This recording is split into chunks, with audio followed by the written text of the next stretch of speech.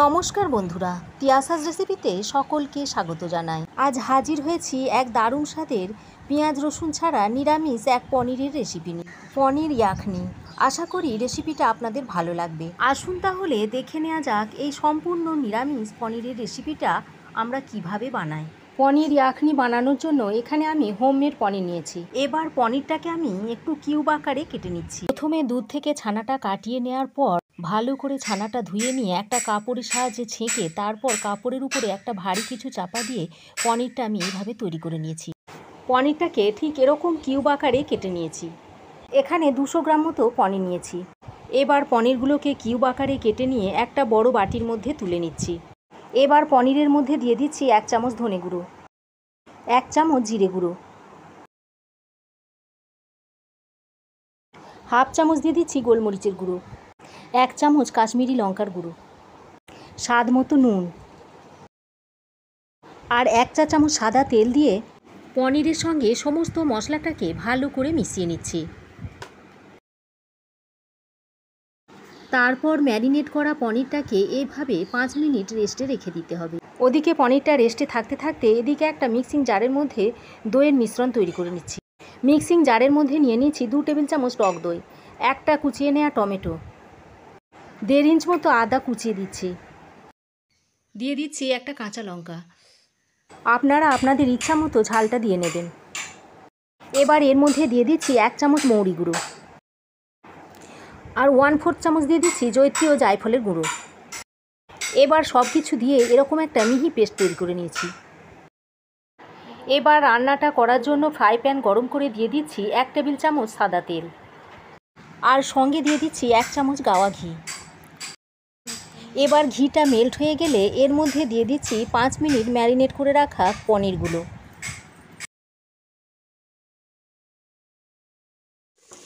তারপর হালকা হাতে নেড়েচেড়ে একটু লালচে করে ভেজে নিতে হবে। পনিরগুলো এক পিঠ ভাজা হয়ে গেলে উল্টে দিচ্ছি। পনিরগুলো উল্টে পাল্টে ভালো করে ভেজে তুলে নিচ্ছি। যে পাত্রে পনিরটা ম্যারিনেট করেছিলাম সেই পাত্রেই পনিরগুলো তুলে নিচ্ছি।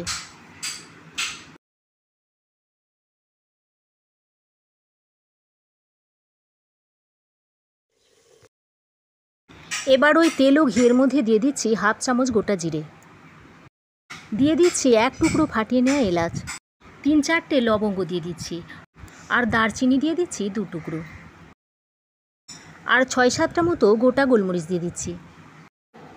এবার যতক্ষণ না ফোড়ন থেকে একটা মিষ্টি গন্ধ ছাড়ছে ততক্ষণ ফোড়নটা এভাবে ভেজে নিতে হবে। ফোড়নটা কয়েক সেকেন্ড ভেজে নেওয়ার পর এর মধ্যে দিয়ে দিচ্ছি 1 চামচ কাশ্মীরি লঙ্কার গুঁড়ো। এই কাশ্মীরি লঙ্কার গুঁড়োটা দিলে তরকারির কালারটা খুবই সুন্দর হবে। কাশ্মীরি লঙ্কার গুঁড়োটা মিশিয়ে দেওয়ার পর এর মধ্যে দিয়ে দিচ্ছি আদা, কাঁচা লঙ্কা, টমেটো ও দইয়ের মিশ্রণটা। দইয়ের মিশ্রণটা দেওয়ার পর তেলটা ছেড়ে না আসা পর্যন্ত এইভাবে মিশিয়ে যেতে হবে।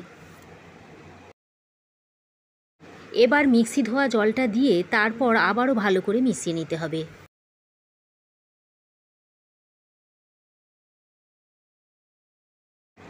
এখানে একটা বাটিতে 6-7টা কাজু ও 1 চামচ পোস্ত মিহি করে বেটে নিয়েছি।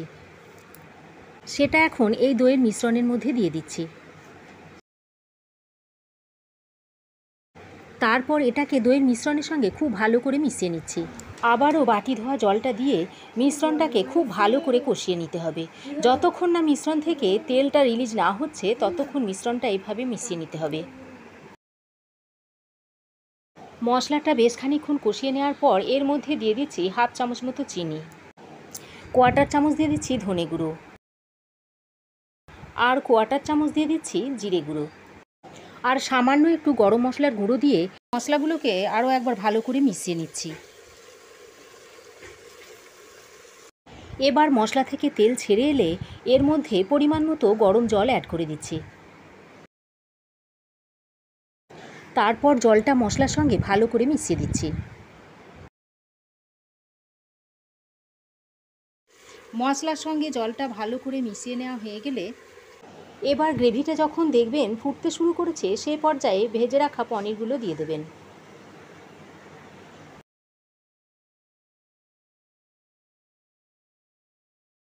পনিরগুলো দিয়ে গ্রেভির সঙ্গে 1-1.5 মিনিট মতো ভালো করে মিশিয়ে নিতে হবে। পনিরগুলো দেওয়ার পর 1-1.5 মিনিট এভাবে ফুটিয়ে নেবেন। তবে বেশিক্ষণ ফোটাতে যাবেন না, বেশিক্ষণ ফোটালে পনিরগুলো আবার রাবারের মতো হয়ে যাবে। এবার সবশেষে এর মধ্যে ছড়িয়ে দিচ্ছি একটু কসুরি মেথি পাউডার। তারপর এর সঙ্গে ভালো করে মিশিয়ে দিচ্ছি।